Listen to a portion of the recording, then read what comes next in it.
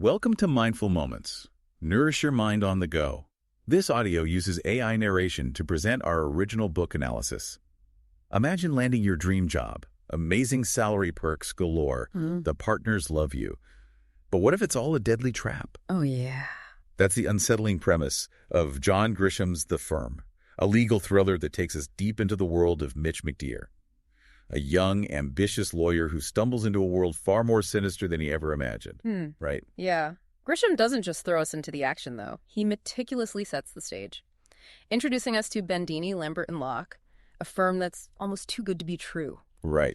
Their recruitment strategy is fascinating. They target top graduates, specifically those from modest backgrounds, who would just be dazzled by the firm's extravagance. It's like they're deliberately preying on their vulnerabilities, almost guaranteeing blind loyalty from the start. And then there are those unusual rules, mandatory marriage, strict no drinking and womanizing policies. It's all about control, isn't it?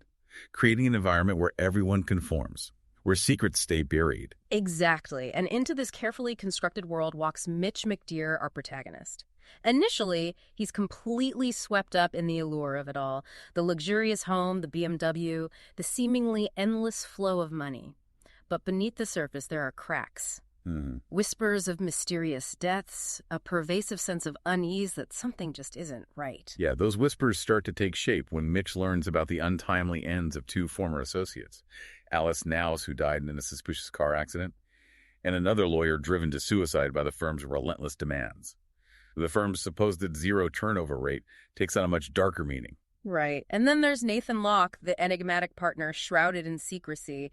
His very presence seems to radiate danger. Mitch is warned to steer clear, but of course that only piques his curiosity further. He's starting to realize that the world he's entered is far more complex and far more dangerous than he initially perceived. It's this creeping sense of dread that Grisham masterfully cultivates, making you turn the pages faster and faster, even as you fear what might be lurking around the corner. Oh, for sure. And just when Mitch's suspicions reach a fever pitch, the FBI enters the picture, turning his world upside down. Oh, wow. He's approached by Agent Wayne Terrence, who drops a bombshell. The firm is under investigation for ties to organized crime, specifically the notorious Moralto family. Talk about a rude awakening. Suddenly, Mitch is caught in a terrifying game of cat and mouse.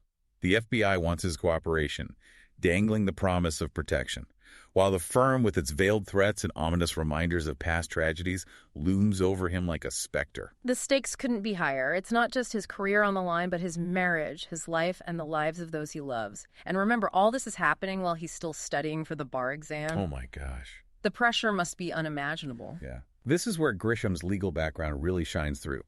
He seamlessly weaves in legal complexities and procedural details, making the story feel incredibly authentic even as the tension ratchets up. Yeah.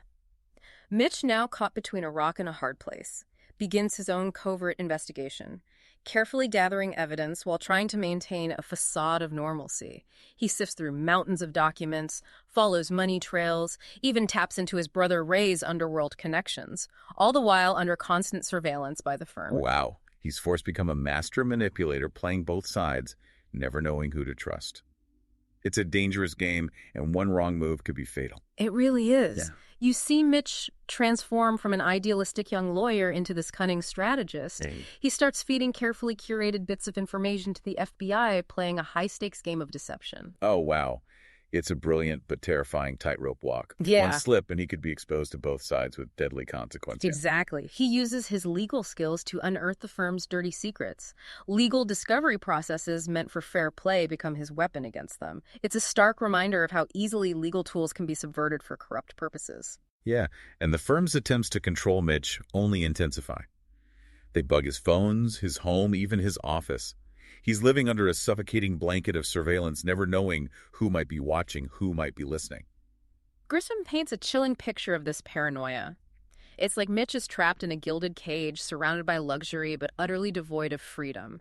Even his trips to the Cayman Islands, ostensibly for work, become fraught with danger. Yeah, those trips are a turning point, wouldn't you say? Yeah. He goes there seeking evidence of the firm's illicit activities, but he finds something else too. A connection to a past tragedy. The death of Philip E. Banks, a local dive guide years earlier, was ruled an accident, but Mitch starts to suspect foul play. Yeah. The deeper he digs, the more convinced he becomes that Eubanks knew too much about the firm's operations on the island and was silenced.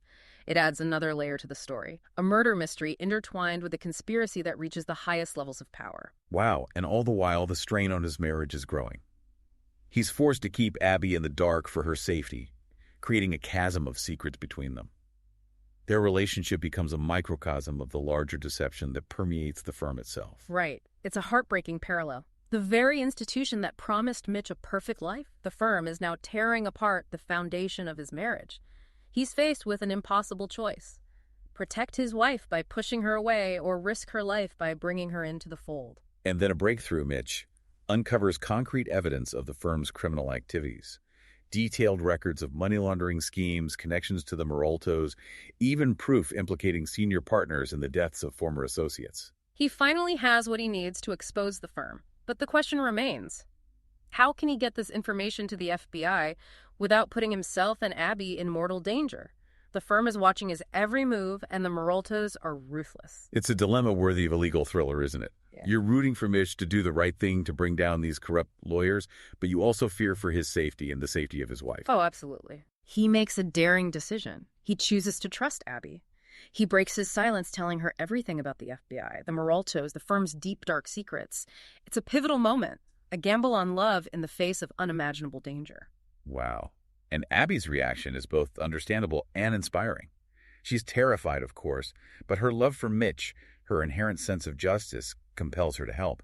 Together, they hatch an audacious plan to escape the firm's clutches and deliver the evidence to the FBI. Their escape is a masterpiece of ingenuity and suspense. It involves a web of deceit, hidden messages, a U-Haul truck full of meticulously copied files, fake identities, and a desperate flight across state lines, always one step ahead of the firm's relentless pursuit. It's pure Grisham. A heart-stopping chase that keeps you on the edge of your seat until the very end. But beyond the thrills, there's a deeper message here, isn't there? A commentary on the corrosive nature of power and the blurred lines between right and wrong. Absolutely. Grisham masterfully uses the firm to explore the dark side of the legal profession, exposing the potential for corruption when ambition and greed are allowed to run unchecked. It makes you wonder how much of this is fiction and how much is a reflection of reality.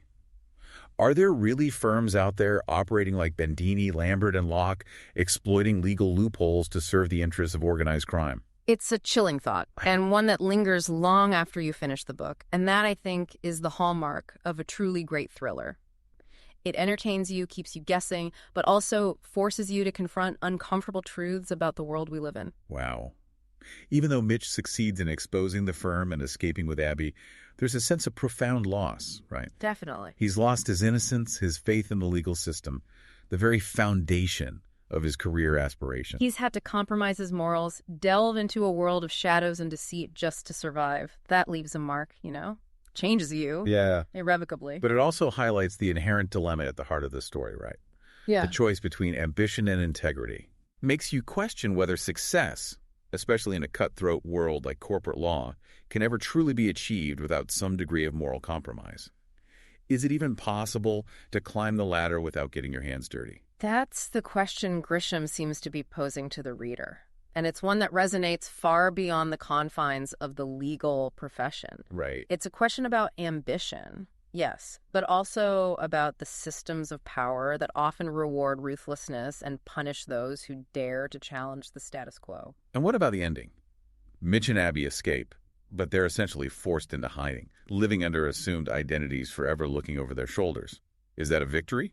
Or just a different kind of prison? It's a bittersweet victory for sure. They've escaped the immediate threat. But the shadow of the firm, the reach of the Maroltos will likely follow them forever. They've traded one gilded cage for another, albeit one with slightly more breathing room. But there's also a sense of hope. Oh, yeah. Despite the losses, the sacrifices, they chose each other, chose love and freedom over the allure of wealth and power. Absolutely. In the end, Mitch walks away from the firm, rejecting the seductive trap that had ensnared so many before him.